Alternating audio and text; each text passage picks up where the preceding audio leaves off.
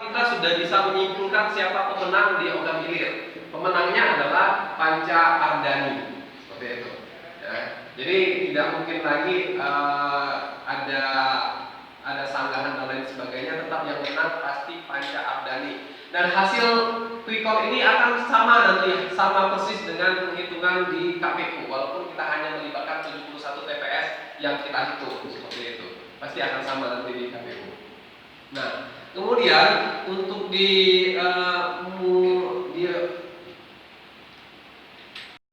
Ya.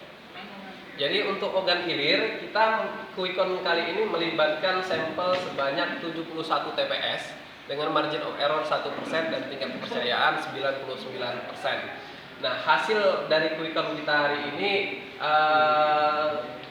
data masuk 92%.